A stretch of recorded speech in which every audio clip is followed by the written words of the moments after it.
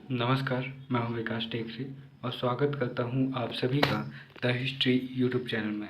आज हम स्वदेशी आंदोलन की बात करेंगे। स्वदेशी का मतलब क्या होता है, पहले आप ये समझ लीजिए। एक ऐसा आंदोलन जहां पर खुद के देशों की चीज़ों की, वस्तुओं को बढ़ावा देने की बात की जाए। स्वदेशी, स्व का मतलब होता है स्वयं, देशी मतलब कि एक क्षेत्र, यानी कि अपने ही क्षेत्र की वस्तुओं को बढ़ावा देना।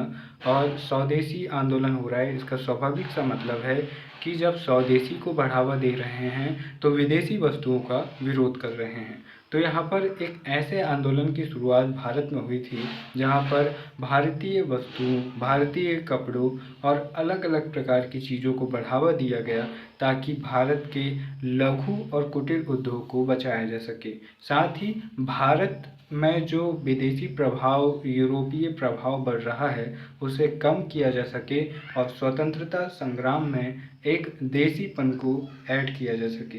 1906 में कांग्रेस ने स्वदेशी आंदोलन चलाने के लिए अधिवेशन प्रस्ताव पारित किया। उसमें बहिष्कार, स्वदेशी राष्ट्रीय शिक्षा तथा स्वराज के समर्थन की बात कही गई थी। स्वदेशी आंदोलन के क्या कारण थे, हम ये समझते हैं। स्वदेशी आंदोलन उग्र राष्ट्रवाद तथा बंगाल विभाजन की देन थी।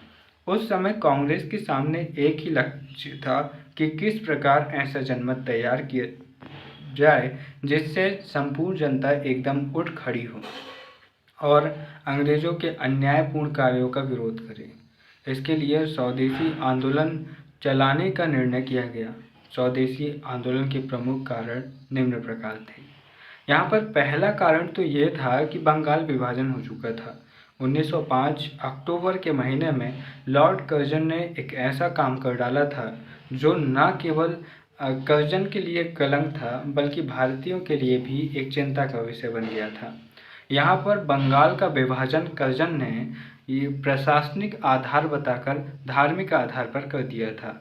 बंगाल वाले क्षेत्र में हिंदुओं की आबादी ज़्यादा थी, पश्चिम बंगाल वाले क्षेत्र में। वहीं पर जो बांग्लादेश या फिर ढाका वाला क्षेत्र है, उधर साइड में मुस्लिमों की आबादी ज़्यादा थी। और कर्जन खुद कहता था कि मेरा उद्देश्य है एक ऐसा प्रांत जो मुस्लिमों के लिए हो और उन्हें वैसे ही स्वतंत्रता मिले, वैसे ही जीवन मिले जैसा कि मुस्लिम शासकों के समय में मिलता था।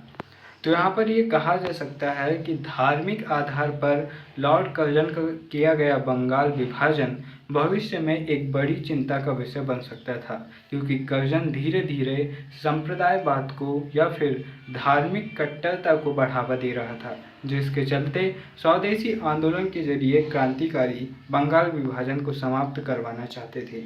यहाँ पर दूसरा बिंदु आता है स्वराज की भावना पैदा होना। 1906 में जब कांग्रेस का अधिवेशन हुआ तो इसके अध्यक्ष दादा भाई नौरोजी बनाए गए। इस अधिवेशन में उन्होंने कांग्रेस के लक्ष्य को नए ढंग से परिभाषित किया और ब्रिटिश साम्राज्य के अंतर्गत स्वशासन अथवा स्वराज्य को कांग्रेस का लक्ष्य घोषित किया। स्वराज शब्द का प्रयोग पहली बार अध्यक्षीय भाषण में किया गया था। तो यहाँ पर इस तथ्य को भी आप उठा लीजिए कि पहली बार अपने अध्यक्षीय भाषण में स्वराज शब्द का प्रयोग करने वाले व्यक्ति थे दादा भाई नौरोजी। साथ ही स्वराज की घोषणा की थी 1906 के अधिवेशन में। यहाँ पर इस बात का भी ध्यान रखिएगा कि भारत में स्वतंत्रता संग्राम के दौरान 1927 में पहली बार जवाहरलाल नेहरू की अध्यक्षता में लाहौर अधिवेशन के समय पूर्ण स्वतंत्रता की मांग की गई थी, पूर्ण स्वराज की मांग की गई थी। अब ये स्वराज क्या है? तो स्वराज्य का मतलब होता है कि स्व यानी कि स्वयं, राज्य मतलब कि क्षेत्र, यानी कि भले ही हम आपको सर्वोपरि मानेंगे लेकिन यहाँ की व्यवस्था का संचालन हमारे अनुसार होना चाहिए।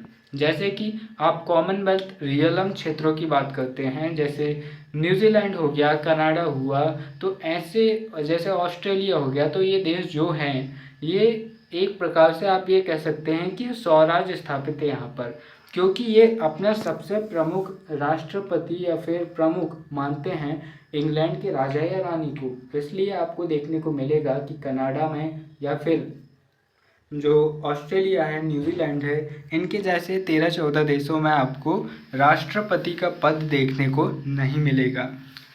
हालांकि इसका कोई महत्व नहीं है आगे चलकर ये व्यावहारिक रूप में ही इंग्लैंड के राजा या रानी को अपना सर्वोपरि मानते हैं, लेकिन इंग्लैंड का प्रभाव इससे झलकता है। तो यहाँ पर दादा भाई नौरोजी भी इस प्रकार के स्वराज की मांग की बात कर रहे थे। भारतीय परंपरागत उद्योग को बढ़ावा देना, यहाँ पर जैसे कि हम शुरुआत में ही बात कर चुके हैं, स्वदेशी आंदोलन में स्वदेशी वस्तुओं को बढ़ावा दिया जा रहा था। लघु उद्योग, कुटीर उद्योग, हस्तशिल्प उद्योग, कपड़े बनाने वाले, बुनकर, बढ़ई, कारीगर, इन लोगों को बढ़ावा देना था। इसके दो फायदे होते, पहला तो विदेशी प्रभाव से हम मुक्त हो सकते थे और दूसरा हमारा प्रभाव बढ़ सकता था। साथ ही साथ जो निर्धन या फिर निम्न मध्यम वर्ग का समाज है उसका स्तर ऊंचा उठ सकता था और इसके साथ साथ भारतीय परंपरागत उद्योग को बढ़ावा मिलता। दोस्तों, यहाँ पर स्वदेशी भावना के जरिए ये नेतागण देशभक्ति की भावना पैदा करना चाहते थे।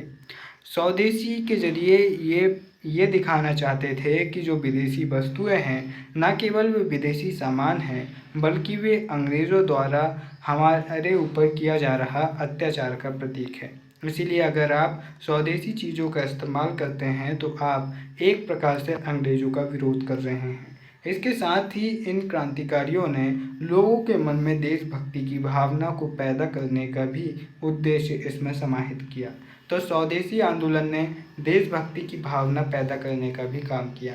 साथ ही आपको ये पता होना चाहिए कि स्वदेशी आंदोलन उग्र राष्ट्रवादी क्रांतिकारियों द्वारा ज़्यादा प्रोत्साहित किया गया। इसके चलते इस आंदोलन ने उग्र राष्ट्रवाद को प्रोत्साहन दिया। उस समय तक कांग्रेस पर नरमपंथियों का ही प्रभाव था। जिस अधिवेशन में स्वदेशी प्रस्ताव पारित हुए उसके अध्यक्ष नरमपंथी नेता दादा भाई नौरोजी थे, किंतु उग्र राष्ट्रवादी भी अधिवेशन में सम्मिलित थे। उनका उद्देश्य स्वदेशी आंदोलन के माध्यम से उग्र राष्ट्रवाद की भावना को प्रबल बनाना था, क्योंकि उन्होंने देख लिया था कि नरमपंथी अपने उद्देश्य में सफल नहीं हो पा रहे हैं। अनुनय विनय की भाषा अत्याचारी अंग्रेज नहीं समझते थे, उन पर कोई प्रभाव नहीं पड़ रहा था। अतः जनता को एकजुट होकर आंदोलन खड़ा करना आवश्यक था। इसके लिए उन्होंने स्वदेशी आंदोलन को हथियार बना लिया था और यहाँ पर उग्र राष्ट्रवाद को प्रोत्साहन मिलने लगा था। अब हम ये भी देखते हैं कि राष्ट्रीय शिक्षा को प्रोत्साहित देने की बात यहाँ पर कैसे आती है। तो स्वाभाविक सी बात है, जब ये स्वदेशी की बात कर रहे हैं तो ये स्व शिक्षा की भी बात कर रहे हैं। उस समय लोगों में अंग्रेजी स्कूलों में प्रवेश का बड़ा आकर्षण था। उनमें पढ़ लिख कर वे पश्चिमी सभ्यता के प्रशासक बनते जा रहे थे। अंग्रेजियत उन पर हावी हो रही थी। इस तरह क्रांतिकारी स्वदेशी आंदोलन के जरिए उस अंग्रेजियत को समाप्त करना चाहते थे और राष्ट्रीय शिक्षा और राष्ट्रीय विश्वविद्यालयों को बढ़ावा देना चाहते थे, क्योंकि जो अंग्रेज़ों के स्कूल थे वहाँ पर किसी भी प्रकार से उनके अंदर राष्ट्रीय भावना उत्पन्न नहीं हो सकती थी, बल्कि वे वहाँ से गुलाम बनकर ही निकलते और वे केवल अंग्रेज़ सरकार के दास के रूप में काम करते, एक मानसिक दास के रूप में। जबकि राष्ट्रीय स्कूलों में वे राष्ट्रीय भावना से ओतप्रोत होते और उन्हें ये पता लगता कि किस प्रकार लंबे समय से अंग्रेज हमारा शोषण कर रहे हैं। ग्राम समितियों का निर्माण करना, यहाँ पर स्वदेशी आंदोलन का एक कारण यह भी था कि कांग्रेस उस समय ग्रामों का संगठन तथा सुधार भी करना चाहती थी और ग्राम के छोटे मोटे झगड़ों को उनके माध्यम से निपटाना चाहती थी।